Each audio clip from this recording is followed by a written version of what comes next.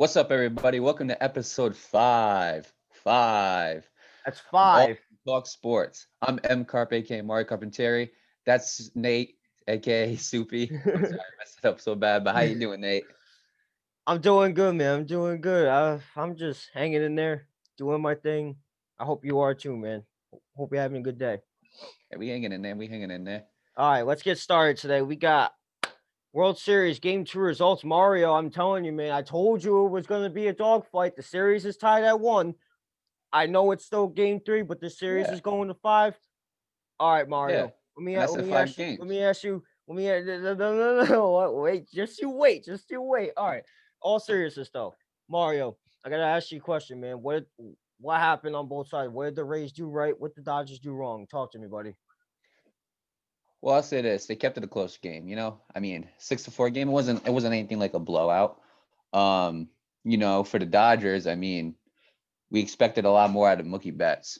You know, he had no hits that game. He struck out once. He had a walk, but I mean, it's not what we're looking for, and it's not what we're looking for in the World Series from Mookie Betts. Corey Seager, he did pretty good. He had 2 hits out of 4 at bats. Um, he had 1 RBI, so I mean, he did pretty good. He held his own. But other than that, I mean, when you have Bellinger not hitting, when you have Kiki Hernandez not hitting, when you have Jock Peterson not hitting, Austin Barnes not hitting, that is a problem. You need your big players, especially your big offensive batters, to come in there and to start hitting balls. And everybody has an off night, I get it, but in the World Series, I hate to say it, but there is You no gotta perform. need for an offensive. You cannot have a bad night in the World Series. It's just something you can't do. Um, Other than that, if you go to as for pitching, I hate to say this, but Gonsolin held his own, man. Only like over 1 run. He got 1 walk, 1 strikeout, 1 hit in 1 inning. So I mean, he did all right for 1 inning, and then in one inning, Dustin May let go of 3 runs, something he can't be doing, especially out of Dustin May. We expect more out of him. Um, Joe Kelly let go of a run. Gonzalez let go of a run. So pitching right here. So the pitching, it just didn't show up. And I mean, from lackluster pitching to the big bats not being able to hit the ball, it's what really cost the Dodgers this game. What's your thoughts on that, Nate? I also want to add something because the Dodgers defense. I was watching the game last night before I went on to watch the open house. I think that's what that movie was called on Netflix, whatever it was. Anyway, before I watched that, I gotta tell you, man, the Dodgers defense was absolutely horrendous. So I seen so many plays that should have been made, and boy, did they fail. Max Muncy, man, let me tell you a little something, man. You need to catch those damn balls at first. Same thing with Kike Hernandez, man. You gotta turn those double plays.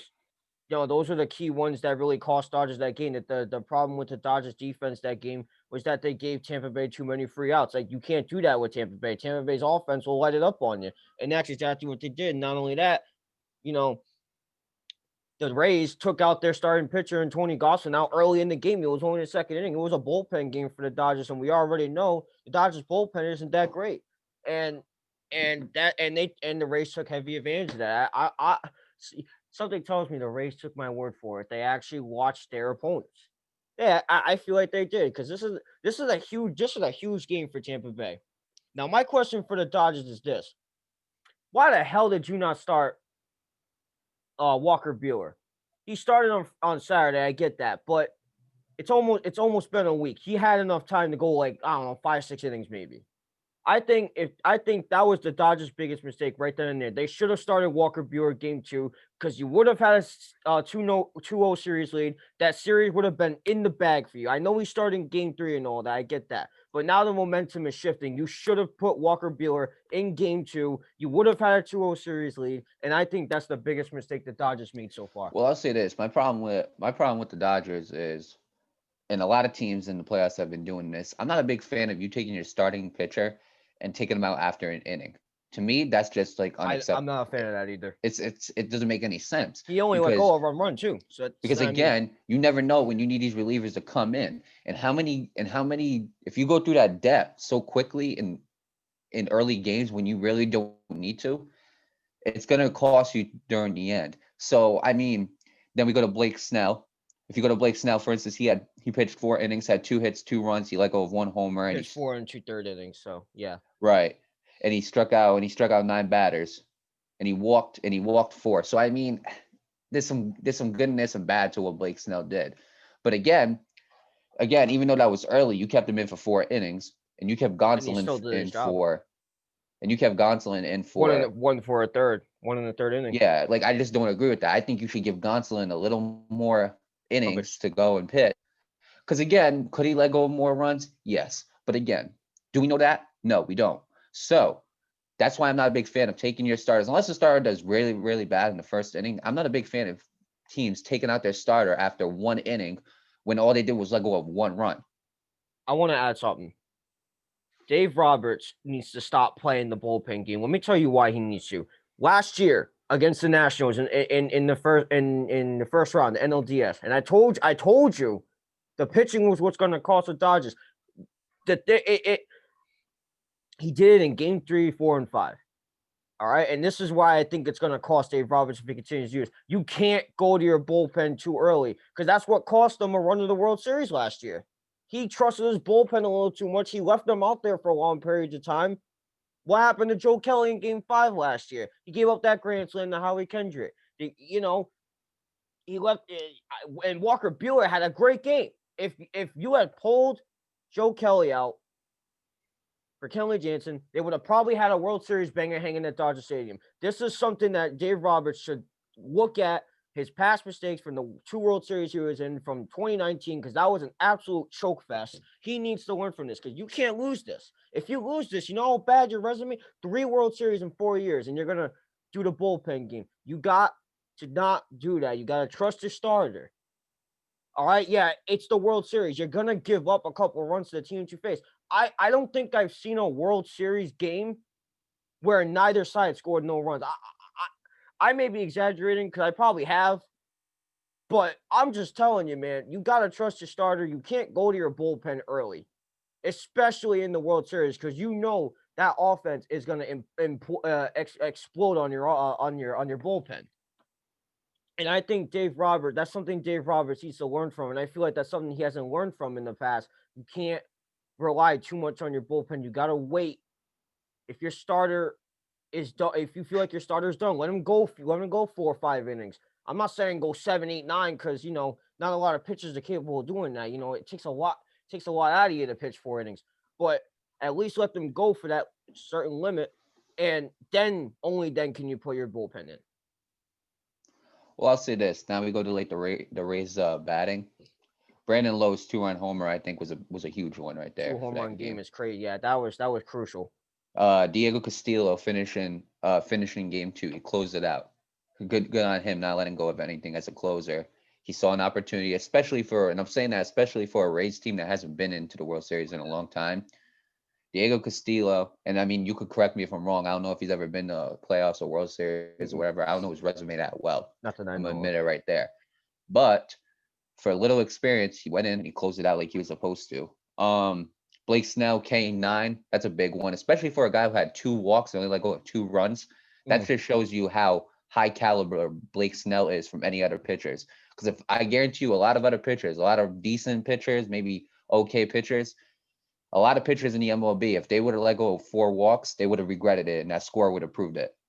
So credit to Blake Snell for only letting go of 2 runs out of 4 walks. I think that was really good by him. Joey Weddle's 2-run double, I think, was a big one.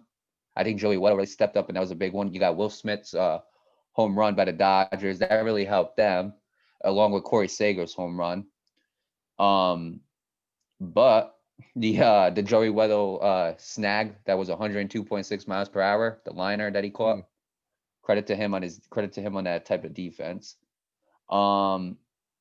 Randy Arozarena. Did I say that right? Randy Arozarena.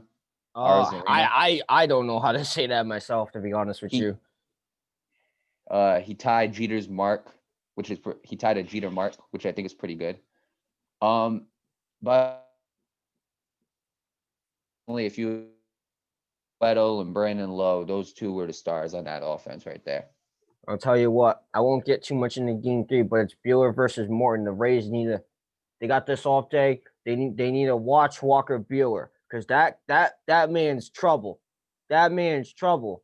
On the mound, he's got some nasty stuff. He's got some fastballs ready, especially with Charlie Morton on the mound. You got to back him up. I won't go too deep into game 3. That's something we'll It's do gonna be a good tomorrow. matchup. There is This going to might be be a the good best matchup. matchup. It is going to be a good match. We'll talk about game 3 tomorrow, but that's just my advice to the Rays. Watch Walker Bueller. Watch that damn film because I'm telling you right now, Walker Bueller don't mess around. You don't mess around, especially when you got your best pitcher and Charlie Morton on the mound. You got to back him up. All right, Nate. Let's get off of baseball. All right. We got a bunch of football topics today, but before we can get on football, let's go to basketball. Stan Van Gundy, the new head coach of the New Orleans Pelicans. Just for like a quick review, just like a quick like resume, just a quick like, oh my God, I can't even speak today. Just to talk about his resume. He had 12 seasons of coaching experience. He head coached the Miami Heat back in 2003. He was actually D Wade's first ever head coach.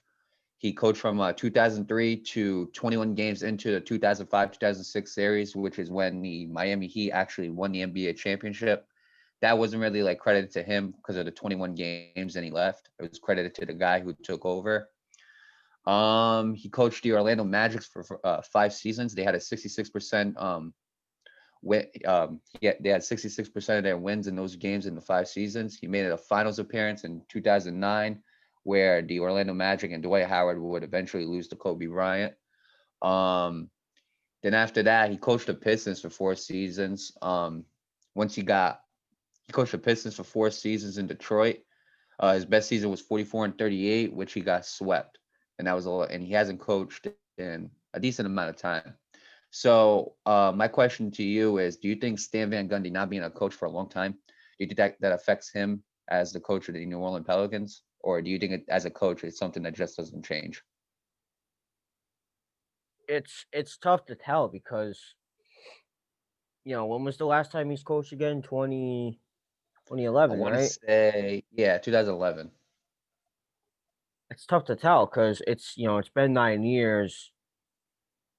I mean, yes and no. I'll say that. I'll say yes and no. Yes, because you haven't coached a team in a while, and not to mention the NBA has changed. Back then there wasn't, no discredit to the players, but there wasn't as much talent then as there is now. It's absolutely explosive, and you know, that's something that he's missed out on. And I'll say no because he does have experience. He does know how to manage a championship winning team. It's just the problem is he needs to win one. Will he do that in New Orleans? I can't tell you for sure, but it's that see this is tough to say because he's been out for 9 years, but he has the experience to be a head coach. So it's really, excuse me, really it all comes down to one question: Are you still an effective coach? That's really for me. That's what it would come down to. I can't really definitely answer that question Well, at the hang on, let me cut moment. you off. The last time Stan Van Gundy coached was 2017, Oh, it's, 2018 oh, it's season. 2017, 2018. All right. So, Yes. I mean, it's still quite a bit. I can't say for sure. Thank you for correcting me, by the way. I can't say for sure. I'm going to have to go like a yes and no. Like, yes, because he hasn't coached in a while, and no, because he still has that kind of mentality of being a coach. He has that experience, but I think it all comes down to is he still effective? I think that's really what it comes down to. See, I think Stan Van Gundy is actually a decent coach for this New Orleans Pelicans team. I don't think there is a reason why this New Orleans Pelicans team should have a bad season. You have you have a great passer in Lonzo Ball. I think he might be one of the best passing point guards in the league, to be honest. Lonzo Ball, passing point guard, not point guard, just passing point guard. He might be one of the best passing point guards in the league. You got a prominent and young Zion Williamson who doesn't have to deal with being benched for like the rest of the game and only playing 15, 16 minutes with injury. He's in his second year, and it's up for them to monitor him to make sure he doesn't get hurt more. But I expect Zion to be playing a full season. You have JJ Redick, who's great at shooting that three ball. You have Drew Holiday, who is an insane perimeter defender. Jackson Hayes, who is insane in the paint and is an insane in paint defender. Um, and they have so much talent on that New Orleans Pelicans team. And if Stan Van Gundy can become the coach that he was with Orlando, which again, we're not asking him to play, we're asking him to coach, and that's the difference. I don't think you lose your knowledge of the game. So, and he coached last time he coached was 2017, 2018. If it was like a long time ago, I can understand, but it's not that long ago. So if he can take this young and talented New Orleans Pelicans team and coach them like he coached the Orlando Magic's team back in '09, I think he could be a good addition to this New Orleans Pelicans team. Question is, again, the West has become a lot stronger since you left. So again, it's the same thing with Tyronn Lue. You got to run into LeBron. You got to run into Kawhi Leonard, Paul George. You got to run into James Harden and Westbrook. You got to run into Jamal Murray and Jokic. They're going to be a problem. There's so many guys you gotta. There's so many people there's so many great teams in the West that you're gonna have to run into and you're gonna have to face. And Stan Van Gundy got to be up for the test. But if he can coach this New Orleans Pelicans team like he did back in Orlando, where he won 66% of his games, then the Pelicans could become a contender. I agree. I respect that opinion. I'm still kind of curious to see how it's going to roll out. But, best of luck to the Pelicans. Best of luck to Stanny Boy. All right. Let's get on to the next topic. The rest of the topics we got is football. All right, man. Odell, man. This dummy, man. I'll let you take it from here, Mario, because this guy is a big dummy. I want you to explain to people why this dude's dumb. Well, I mean, I ain't gonna call him a dummy or nothing like that, but basically he got banned for 2 years for giving 4 LSU players $2,000 on the field after they won the NCAA championship last year against Clemson. Now, besides Odell, LSU they're actually willingly taking punishments themselves. They've reduced 8 scholarships in 2 years. They reduced their scholarships by 8 in 2 years, and they have reduced recruitment time as well. And so LSU is actually willing to take these types of punishments for an old player's actions. But before I give my opinion on Odell and this whole thing, what's your opinion on this, Nate? Well, Is before this I get to that, I need to ask you a question real quick. Did he give each individual player $2,000? yes, All right, I'm just making sure I not get that each right. individual player. He gave 4 individual players $2,000. Oh, four. Okay, all right. Yes. I mean, see, here's the deal, and we discussed this before. NCAA players don't get paid, so I feel like that's why he got banned, is because it ties in the fact that NCAA players don't get paid. There's a very big argument on if they should on whether they should or not. That's not something we'll get into. But personally, I think he should have been aware of the rules. I think he should. I think betting's one thing, but it's another thing to give a college player money when they're not supposed to be paid like that. I think me personally, I think Odell should have been more aware of the rules. I think he should have been aware that if he were to do something like this, he was going to get punished. That is his own school, so it's obviously so. Just because you made it to the NFL and you were a favorite in your school doesn't mean you're not going to get punished because you're a favorite. You're going to get punished regardless. And I think personally, this is something that he should have thought. I think he should have just had a second thought on. I mean, I get as adults we do some things that we should have thought about before, but this is something that like you really got to think about. Like are you really willing to put your legacy at LSU on the line like that, or are you really just that stupid that you don't know the rules? It's just that damn simple. It applies to real life. You really got to think about what you're doing. I think that's something he should have done, and he didn't. I agree with you, Nate. But when I give my opinion, let me talk about let me just go back to the events that when it happened. All right, so LSU beats Clemson. Clemson Right. was the national championships the year before when they beat Alabama. So all those players' hopes are high. Obviously, it's LSU's like first championship. So all their hopes are high. All of them, they're all obviously in a different state of mind because they just won a national championship. Odell Beckham comes in the field, goes up to my wide receiver Justin Jefferson. Now, back then he was LSU's, and this is the famous video of him high fiving Jefferson and they're high fiving, and he gives him the money on camera. That was the famous video of Odell. That was when it first got released, of Odell giving Justin Jefferson money on the field. Then he gave it to three other players. So here's the problem. Here's the problem I have with this. This is not going to end with Odell Beckham. It's not like Odell Beckham is banned for 2 years. LSU takes these punishments willingly and acceptingly, and that's it. I think that there are going to be punishments being handed out to Justin Jefferson and the other three players because, again, you took the money. You You weren't got to remember supposed that to. you took it. You know what I'm saying? It's like drug dealers and people who buy the drugs off of them. You're a drug dealer. You pay for drugs. You take the drugs. If you get caught, both of you are going to jail. They're not going to take the drug dealer to jail and then you just go and then you just walk free. It's not how it works.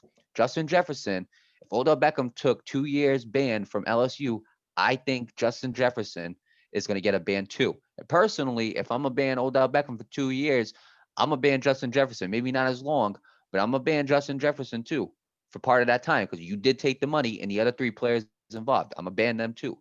And I love Justin Jefferson. Don't get me wrong. That's my guy. That is the best rookie wide receiver in the league. Stats can prove it. You're not gonna change my mind, but that's a different topic. We're talking about this topic right here. Remember, they took the money. Okay? On camera, they took the money. Here's my problem with NCAA. Why did it take you this long? Why did it take you this long? The national championship game happened in February this year. February. Why did it Why take did you it this take long you? to find out? Why did not even to find out? They already knew about it. Why did it take you this long to make a punishment? Shouldn't you have done this earlier? Shouldn't you have done this somewhere between March, April, May? Why are you waiting till October, almost November of 2020 to make a punishment on him? And I think that's faulted on NCAA's part. That's something. If they find out about it, they gotta be like, bam, you're done. Right. Simple as that. I don't know what was going on in the NCAA. I think they I don't think they got their head straight with that. Right. And there's been rumors with there's been rumors with like with Zion Williamson accepting money from Duke or whatever whatever it is, or sponsorships, whether that's true or not. I'm not going to touch up on that because I don't know too much information. That's not a topic for today. It's also the thing with James Wiseman where he got suspended for accepting what Penny Hardaway was going to give him if he went to Memphis. So again, I expect Justin Jefferson and the other three guys on LSU to also receive precautions, just like the LSU college is, and just like Odell Beckham is, because it doesn't make any sense for the four players that did accept the money to not take the precautions, to not take those types of precautions and get punished for them, even though they're not in. It doesn't make any sense. They were LSU players. LSU is facing the punishments right now, and Jefferson and the other three guys aren't. And Jefferson and the other three guys ain't getting punished. I'm going off of based on what happened with Odell Beckham. That's what I'm going off of based on what happened with Odell Beckham. Okay. Right. If Odell Beckham wouldn't have got punished, if they decided, hey, we're not going to punish Odell Beckham, I wouldn't have said punish Justin Jefferson. I would have said, if that's the case, if Odell Beckham didn't get punished, then leave Justin Jefferson alone. It's as simple as that, and leave the other three alone if you're not going to punish Odell Beckham. But because you punished Odell Beckham, you also got to punish the guys who took the money as well. I agree. I got nothing else to add to that. All right, Nate. Now let's go to Joey Slye and Trent Scott. They were placed on the COVID list. They don't have COVID, but they've been in contact with people who do. Now, I want to ask you, because this is your team, both of them are on your team. How much does this affect your team? Trent Scott is the third offensive lineman, joining Schofield on the Panthers and joining Tyler Larson as the three offensive linemen that have been placed on the COVID list this year. So my question to you is, how does Trent Scott and Joey Slye affect the Panthers' chances of winning this week? Well, I think it's going to be more on Joey Slye than it is on Trent Scott because Joey Slye is our I kicker. agree. He is our starter. So I think this is going to be more towards Joey Slye than it is with Trent Scott. That being said, I think this is going to affect us heavy. In the beginning, I didn't like him in that Saints game last year. I didn't like how he performed, but he actually got better over that. I give him his credit. He made 16 field goals out of 18 field goal attempts, and his percentage is 88.89. It's as good as it gets. It's not the best, but it's as good as it gets. And you know, he needs 5 negative tests before Sunday for him to play. 5 negative, which I think I have faith. I'm pretty sure he will. But if he if he isn't allowed to play on Sunday, I think that's going to affect our team pretty heavy. He's our best kicker. We don't have Graham Gano anymore. He's with the Giants now. And excuse me, I think this is going to really affect our kicking game pretty much in a bad way. And I can only hope that he gets those 5 negative tests in order to play on Sunday, because in order to get field goals, get those extra points, we need them. It's as simple as that.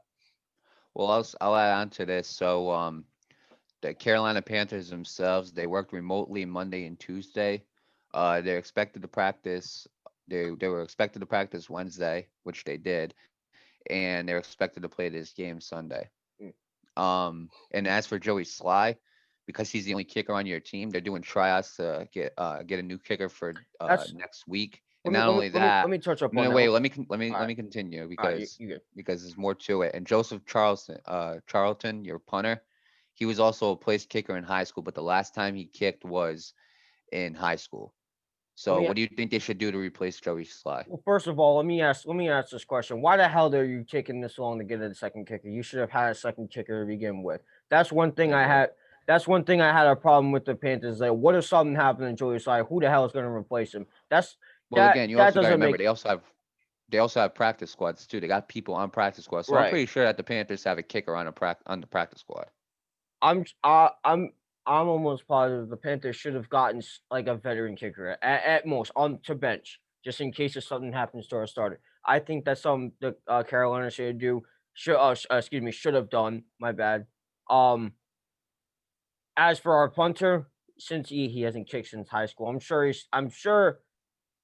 I can't say for sure that if Joey Slye were to not play on Sunday, that if he would be the kicker in or so, I can't necessarily say how he performed, given that, last time he kicked the football into the upright was high school. So it's tough to say. I can't say for sure if he would do good or not, but I think the one thing the Panthers should have done was at least sometime before the season started, at least knowing that the COVID's going to be an issue. Roger Goodell didn't have a plan for this COVID thing. We all know that. Guy's not intelligent enough to make a plan for COVID, but I think the Panthers, with COVID in mind, should have at least looked on the free agent market to see if there was a veteran kicker on there that they could have used in case if something like this happened. All right, so for Trent Scott, is there any impact at all with Trent Scott on this team? Since he's a third stringer, I'd say no, given that we have a secondary. But I mean, for him it does, because it's him. In case if he has it, I hope he gets better. But in terms of the team itself, I have to say no. Yeah, Taylor Morton's going to start a right tackle for you guys this week coming up. Right. So we'll see how the Panthers do with Joey Slye and Trent Scott. We got to beat the Saints. We have to beat them. All right. Next topic. Dez Bryant just got signed to the Ravens. Last time he played, last time he was on a team was November 9th. That's when he tore Achilles with the Saints of 2018. Do you think Dez Bryant is a good addition to the Baltimore Ravens? Well, that's another one that's tough to tell. It's because Dez Bryant hasn't played in a while. The last time I recall is he tore his Achilles in practice. Was it in a practice or was it in the game? I think it was a practice. If I recall, it was a practice. It was a practice. He didn't play a game with New Orleans yet. Yeah, so it's tough to say because Dez Bryant hasn't played a game in a while. It's been like a couple of years, and you also got to factor in, that Achilles injury. That's an injury that ends a lot of players' careers. But the fact that he's still playing, still begs the question: is he still as effective as he was before? So To be honest, I don't have a definite answer for this one, but I will say, you know, I hope as much as I don't like Dez Bryant as a person, yeah, he is a great player. I hope he does well on the Ravens, and only time will tell if he will actually do good or not. That's really all it comes down to. Well, I'll say this as a person and as his character, I'm not going to judge him for what happened in Dallas. No, certain players just don't get along in certain teams, and it's not like it's not like he was on different teams and he was causing trouble on different teams. Right. Like nobody complained in the Saints about Dez Bryant. It was just the Dallas Cowboys. So I'm not going to put that on his character. I will say this though. I agree with you with the fact that a torn Achilles is a career-ending injury or a season-ending injury for a lot of players. And so this is another game where we're gonna have to watch Sunday to find out. But I think he's a good addition to the Ravens, and the reason why is because if you look at the Ravens team, one thing that Lamar gets questioned for is he's a great runner, but the one question that they have for him is his passing ability. And it's not like Lamar's a bad passer; he's a really good passer, but he's good with his play recognition. But like again, we wouldn't want to see again. We would rather have a Patrick Mahomes or an Aaron Rodgers, Russell Wilson to throw in those tight windows. You know what I'm saying? To throw in those because someday he's gonna have to throw those deep bombs in those tight windows in order to make the plays. And in my opinion, I haven't seen him throw that many tight window plays. He's thrown some good ones, but I haven't seen a lot. You know what I'm saying? Right. So Lamar's a threat to his running, but this is also great for him because this ends up turning to a threat on his passing. Because if Dez Bryant can be a decent wide receiver for them, you have Willie Snead, you have Marquise Brown, you have Mark Andrews, you have Mark Ingram, and now you add Dez Bryant to it. You got a lot of offensive weapons to pass to, and so now instead of people are not only going to have to be worried about Lamar running, but they're going to have to be more aware and more worried of him passing the ball as well. And so I think this is a great addition to the Ravens offense. I think Dez Bryant is a great addition. I think this is a steal. If he could play the way he played before, I don't see no problem. I don't see no problem with the Ravens signing Dez Bryant. I agree.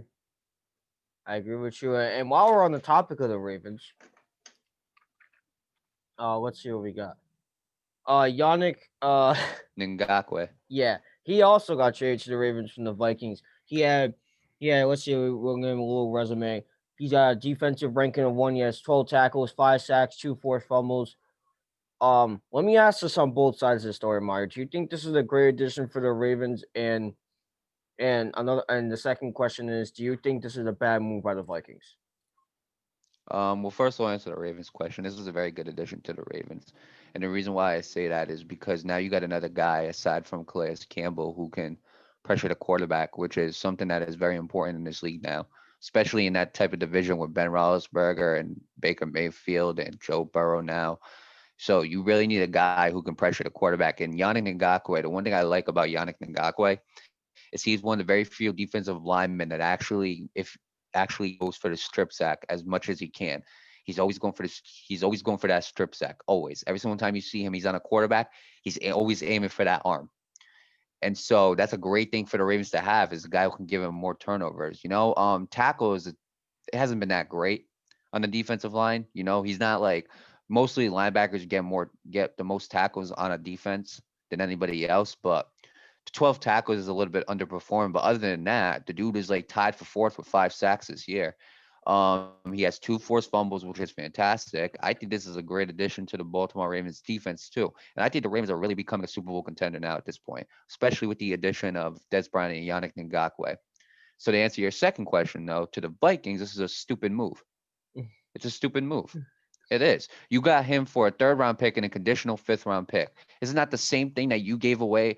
You got one thing more than what we traded to get Jaguars. When we got him from the Jaguars, we gave him like a fifth conditional round pick or something like that. So we got that back and a third round pick. Personally, this was your leading pass rusher. He had 5 sacks for us, and especially a season where your best pass rusher is hurt and he's injured. So you needed Yannick Ngakoue to Yannick Ngakoue was carrying the load. He had 5 sacks in like 6 weeks. What else are you asking for this guy? He had 2 forced fumbles.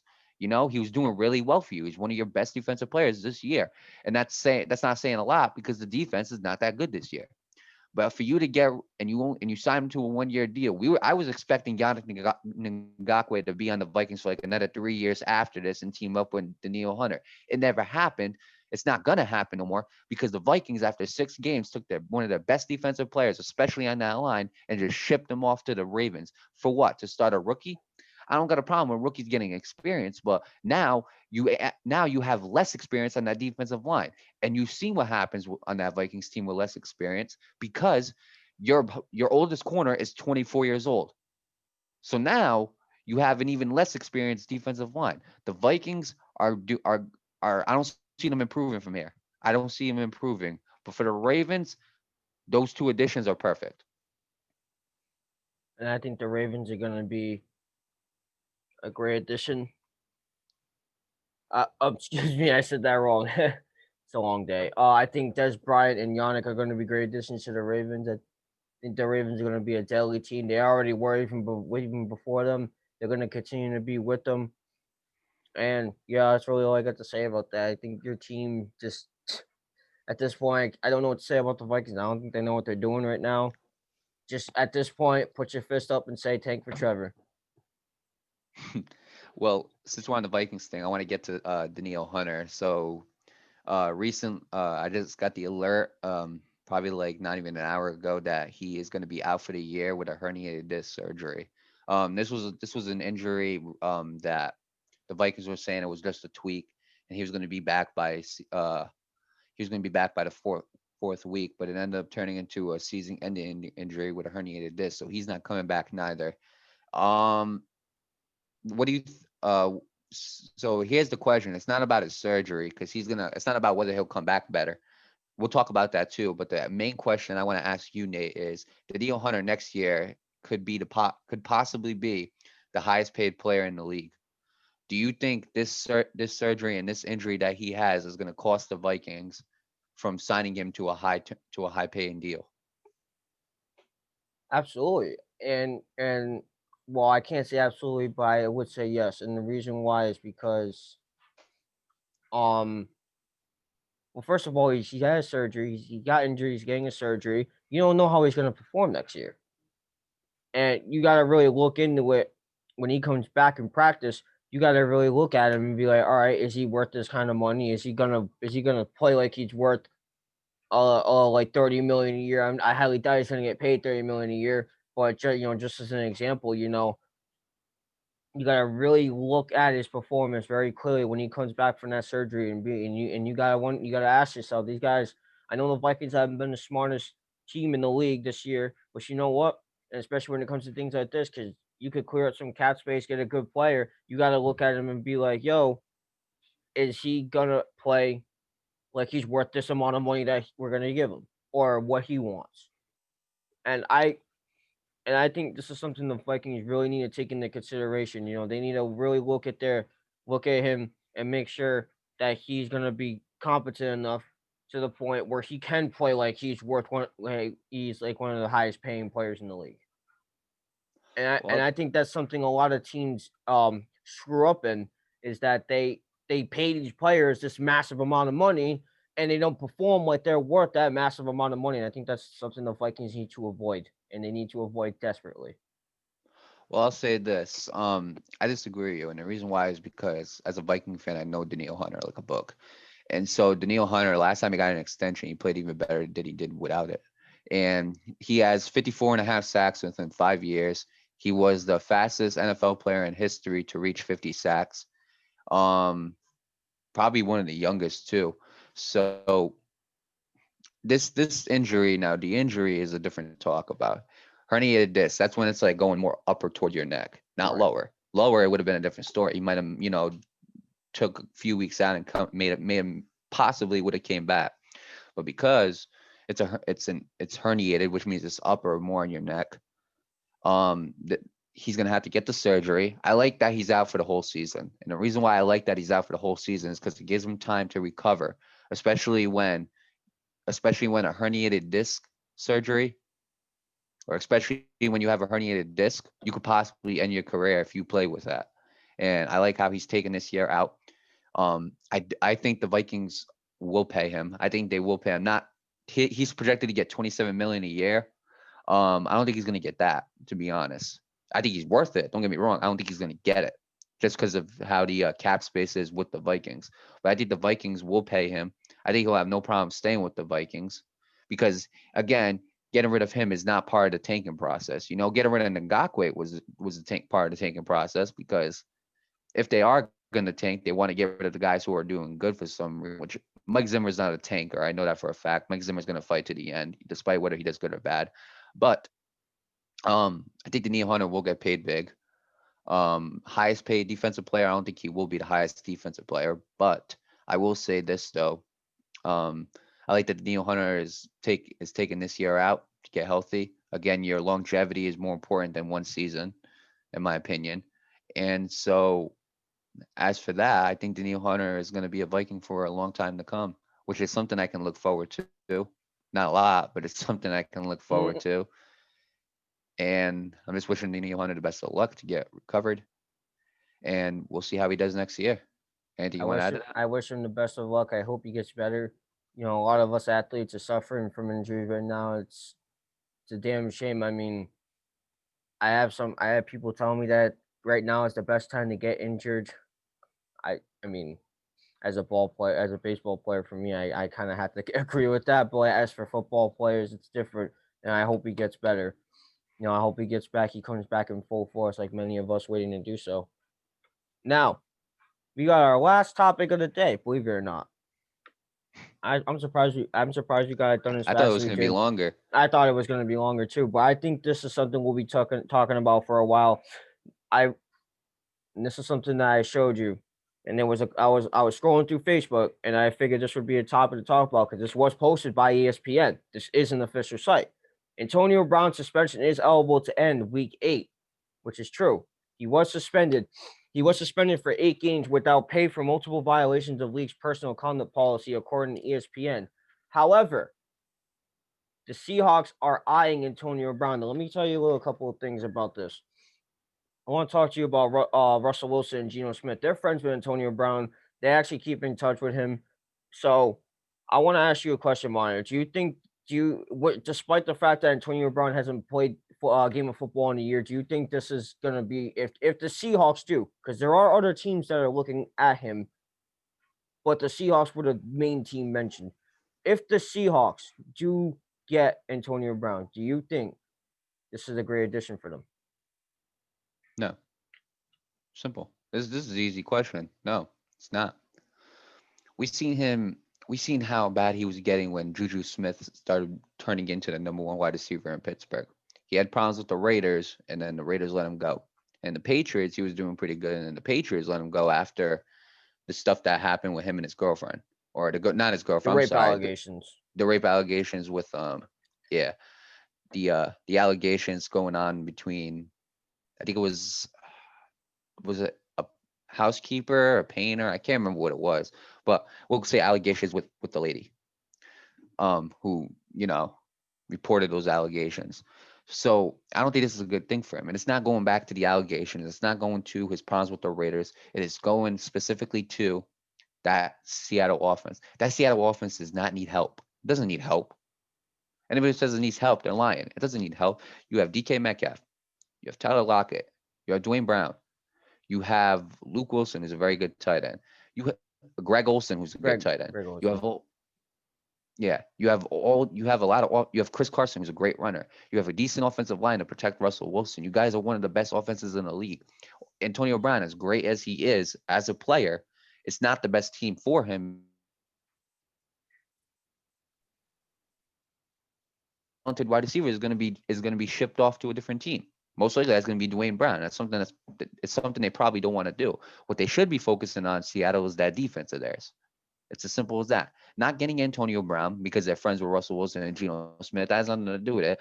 But focus on that offense to get better. Not the offense, excuse me. Focus on your defense to get better, so your offense can look even better. And it makes your offense look good. A better defense makes your offense look better. Now personally, I think a perfect place for Antonio Brown to go this season is the Saints. When you look at what they have Emmanuel Sanders, And Michael Thomas is coming back, but again, he's a little iffy with these injuries that he's having this year. You get Antonio Brown, you get Michael Thomas, Emmanuel Sanders, and Smith, and their fourth wide receiver Smith. That is a nice wide receiver. That is a great wide receiver group right there. Brown, Sanders, Thomas, Smith. Those four right there are insane. That would be an insane wide receiver group. Drew Brees would have a field day with those guys. I think personally, Antonio Brown should go to the Saints. I think if he goes to Seattle, I don't think it's a good fit for him. I think it's going to cause a little bit of some altercations or even problems in that Seattle organization on that team. I don't think it's a great idea for him to go to that team because, again, they don't really need him. I think you need to go to a team that is struggling right now, like the Saints, who shouldn't be struggling because of the team they have, but they are. And I think Antonio Brown would be the thing that Antonio Brown gets good playing time if he goes to the Saints. He pairs up with another guy in Michael Thomas, who is very similar to him in attitude and the way they play. You're with Emmanuel Sanders, who's a great wide receiver, and then you're with Smith as the fourth. So I think it's a great place for Seattle to go. Again, they have Alvin Kamara. I think it'll make Alvin Kamara even better because then he's even more of a receiving threat. Let me put it this way: if they get Antonio Brown, I said that wrong. He's even less of a receiving threat because you have those four guys. But because they view him as less of a receiving threat, Alvin Kamara can make more things happen because they're not covering him as a passing receiver as the way they do now. So I think Antonio Brown's best place to go, not to just win a championship, not for chemistry reasons, not for play reasons, but all of it combined in general, is the New Orleans Saints. I'll tell you right now, because I agree with you. I think that's a great analysis. Here's my one problem with Antonio Brown. I don't question his ability to play the game of football because when he plays on the football field with no problems, that man can play. And he plays like he's one of the best to ever do it. However, my problem with Antonio Brown is his brain. I get it. This dude's been cuckoo. This dude's been like all over the damn place. His attitude hasn't been the best. If I had to be honest, it's like one of the worst, if not the worst attitudes I've seen from an athlete ever. The way he treats it, the way he's been treating his teammates and former teammates from the Steelers and the Raiders, the whole Raiders situation is still kind of blowing my mind. Even after a year, I still think he owes the Oakland Raiders, or now the Las Vegas Raiders now. I mean, back in the day, they were the Oakland Raiders. But nonetheless, the Raiders, I think he still owes them after what he did to them.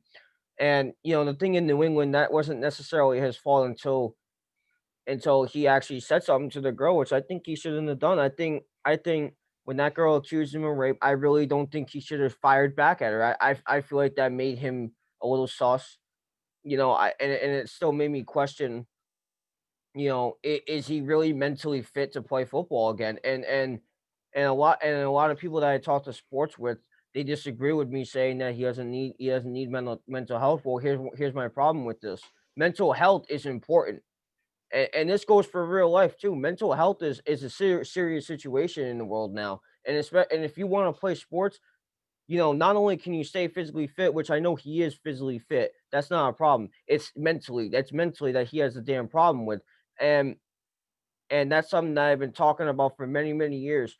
And I read up on a lot of things. Let me pull it up right now because I was just reading this earlier today. I was reading theories that Antonio Brown has a brain condition called CTE, which actually not theoretically, which factually, it has problems with your memory, your personality, behavioral changes like aggression and depression. Which I mean, it is a possibility given that he was hit in the head very hard by Vontaze Burfict a few years back. So that could be possible, but we don't know that for sure because that's not a proven fact. That's just a theory. But, you know, as far as I'm concerned, I think Antonio Brown, and I'm not sure if this is what he's been doing for the last year while he's been out. I personally think Antonio Brown needs to worry about his mental health because I'm telling you right now, guys, if you really want to go to the Seahawks, which I'm not sure if that's going to happen, Pete Carroll isn't taking your crap. That coaching staff isn't taking your crap. Your teammates ain't taking the crap. Same thing with the Saints. Sean Payton ain't taking the crap. Drew Brees ain't taking it either. Nobody on that team's taking it. Michael Thomas is a pretty aggressive man. Let me tell you. He didn't play last week because he was getting into fights with his teammates. He's not doing it with you. You need to get yourself fixed in the head before you get back on the football field. And that's really all what it comes down to. I don't question his ability to play football because that man is greatness when it comes to playing football. I question his mental health. A lot of people, especially when he got cut by the Patriots, question his mental health. But personally, if you ask me, I think if you put him on the right team, which I think is the Saints, I think if you put him around guys, if you put him around guys who are great players and are not taking spotlight away from him, such as such as Michael Thomas, excuse me. And now it's different than it was in Pittsburgh because back when he was in Pittsburgh, he was a star wide receiver. He was one of the best wide receivers in the league. So for Juju Smith to start coming in and start playing a little bit better than him every single week, that took away spotlight from Antonio Brown. That's how it all started. But now it's different. See, now you haven't had spotlight on you in a long time. And now your expectations by a lot of people, now your expectation right now is probably just be a part of a team. It's not to get the spotlight no more. And so I think a team like the Saints, you can get some of that spotlight again. You get to work with a young wide receiver and Michael Thomas, who's insanely good. I call him Marvin Harrison, our generation Marvin Harrison. That's what I like to call him because he plays just like him. And so I think the Saints are a great team for Antonio Brown to not only stay on, but to also rewrite his wrongs. And, I believe everybody can rewrite their wrongs. You know what I'm saying? I don't think it's like, I absolutely agree. and I don't think he's an exception. I think he could definitely rewrite he could definitely rewrite what he did wrong in Pittsburgh, Oakland, and I'm not going to mention the Patriots because it wasn't really anything attitude-wise there. It was just what happened with the allegations. But I think that the Saints might be one of the very few teams in the league, maybe even the only team in the league that can get Antonio Brown back to being not just physically healthy, but mentally healthy as a wide receiver, and also getting to be playing well again and get back into that spotlight. And I absolutely agree, man. That was like my biggest thing with Antonio Brown. I remember going into school ranting about this dude. This dude has an attitude, and yeah, it's true. But like you said, that doesn't mean that he can't change and that he can't change his way. He can, definitely can. It it all comes down. It all comes down to, is it going to stay that way? That's the biggest question with that. And honestly, as much as I don't like his attitude, I hope he gets his share. I hope he helps himself out because he's one of the best. He's one of the best NFL talents that we've seen in this modern era. And I know, it would be nice to see him back again. Doing his thing, and hopefully his mental health doesn't get in the way again. Anything you want to add to that? Nothing I want to add on to that, but let me ask you something. Is there any of these topics that you want to go back to and talk about today? Not really. No. I think we covered everything. All right, I think I covered everything too going on with these topics. All right, then that's gonna end episode 5. Okay, be sure to tune Yes, into sir. episode 6 coming in tomorrow. Okay, I'm M-Carp, aka Mario Carpenter. That's your boy Soupy, aka Nate Campbell. Peace. Peace.